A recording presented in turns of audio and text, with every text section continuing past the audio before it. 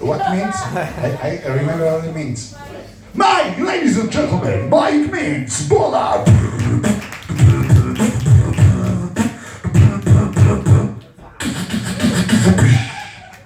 Hi, Amir Horowitz. What's up, Jungle Jaffa? How you doing, guys? Wow. Seeing you all here, all your beautiful faces, it makes me feel really old. I was gonna ask if anybody has, I'll still ask. Anybody here have kids? Like, that aren't the old comedians? Anyone want kids? I've got 5. I can unload like at least 1 or 2 of them.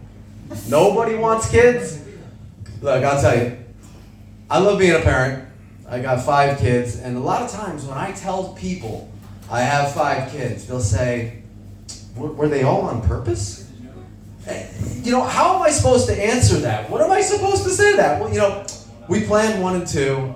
3 was probably from that drunken night down in New Orleans. I think number 4 was just a miscalculation about pulling out. And number 5 is just a weird experiment. So we'll see. But you know, I'll tell you, it is hard being a parent. I will tell you this. You guys can maybe give a little sympathy to your parents once you know these things. It's hard because there are so many bad influences out there. So many things that can screw your kids up, right? I mean, I'm not even talking about the stuff that I do, right? There's plenty of stuff that your parents do that like can easily screw you up. I'm talking about all those other things out there, right? You got drugs. I mean, you know, the bad ones, not the good ones. You've got, smoking, bad friends, creepy Uncle Pete, right? You've got all these bad influences out there. So how do you protect your kids? How do you keep them from becoming assholes, really? I mean, that's really the job of the parent, right? The job of the parent is make sure that your kids turn out less shitty than you did. And your job will be done. You know, if they need a reasonable amount of therapy, you're looking good. You're like parent of the year. But you know, there are some bad influences that are subtle, right? That you wouldn't even think are bad. Okay? Things like institutional racism, right? How do you even, like as a kid, how do you even fathom that? How do you wrap your head around it as a parent? How do you protect the kid from it? There's all this gender inequality. Right? How do you deal with that? You got to educate the kid. I mean, there's like a whole spectrum you have to basically clue them in on. And green eggs and ham, right? Children's books. You guys know that book, Green Eggs and Ham? Everybody know that book, right? Remember it? Remember how it goes, right? Do you like green eggs and ham? No, I do not like them, Sam. I am. Well, would you like some green eggs and ham? No, I don't want any green eggs and ham. Thank you, Sam. I am. This book is really misunderstood. You know, what's the lesson from Green Eggs and Ham? What do you guys think the lesson is? Anyone want to take a crack? What do you think the lesson people take away from it? Silence is golden? No. I'll tell you, most people, right? Go ahead and Google it. You'll see business articles, all people praising Sam I Am, like, he's the hero. He never gives up. Never give up. Just keep going. I don't think so.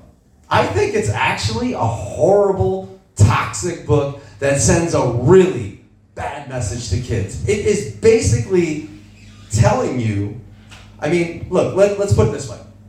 The other guy says no, right? On page 2.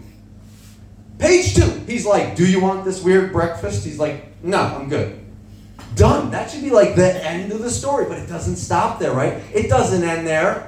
It doesn't end there, right? Sam I Am, what does he do? He tries every which way to get this guy to eat some moldy eggs and floppy bacon. He's like, I'll put you in a tree. You know, would you like to eat him in a house with a mouse? I mean, what, we're going to do health code violations now? We're going to stick some vermin? That's going to stimulate the guy's appetite. But he doesn't stop there. He starts doing felonies. I mean, you know, imprisons the guy in like a dark, you know, what do you call it, sensory deprivation chamber. At least that's the way it looked like, how it was drawn. You know, he puts him on top of a train and sends him through a tunnel, all to just try to get him to eat this breakfast. Why? Like, why is this so important? And then he locks him in a box with a dangerous animal, with a fox, right? And it's just, I don't think this is a good message. I think what it is telling kids is, what are we saying to them? No means no, but sometimes yes, right? It's like, and you'll protest me about, but we're teaching Timmy how to read. No, you're teaching Timmy how to be a predator, okay? That's what that book is doing. And you never even find out the other guy's name. You never get his name, because who cares, right? He's the victim, so who gives a crap about his name? But I'll tell you something, I did some digging. I think I figured it out.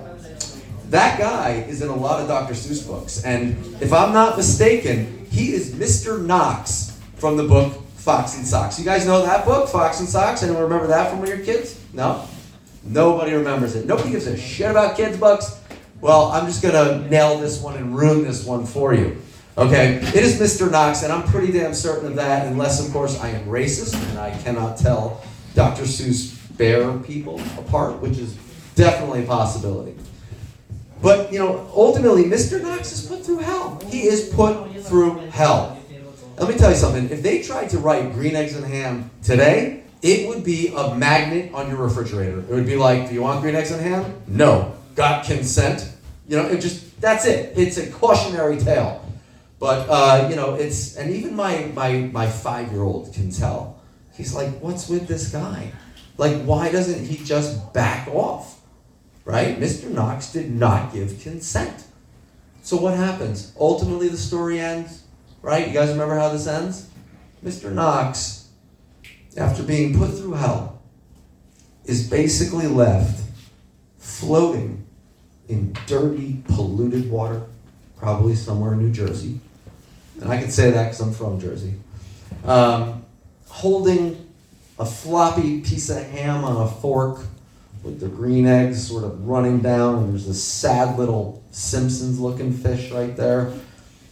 And he just snaps, right? It's like the Stockholm Syndrome just takes over, and he snaps. And it just says, you know what? Yeah, I guess I'll try it. And that's the end of the story. And then he's like elated, right? The Stockholm Syndrome, full blast. Like, I like this. No, I so like this. And, come on. I think it's a dangerous message. And we really should think about, protecting our kids from these dangerous messages, because they really are our future. They really, all you guys, you guys are the future, right? Is that a scary thought? I don't know. It can be. But let me tell you, I'll just end on this note. Children, they really are a gift, right? They are a present. Fortunately, they don't come with receipts. You can't return them. You're stuck with the ones you got. But, you do the best you can. And with that, I'm going to bring up our next comedian. Because you guys seem like you are pumped, right? Let me hear you. Are you guys pumped for your next comedian? Yeah. Oh my God, you're alive. Holy shit. Okay, awesome. Well, our next comedian coming to the stage is none other than Connie Scotch. Sorry, I can't beatbox a techno song for her. But you, my man's awesome. Hi, everybody. Hi. Are you all dead? Yeah? Like, is this? Thank you. Did you see me run?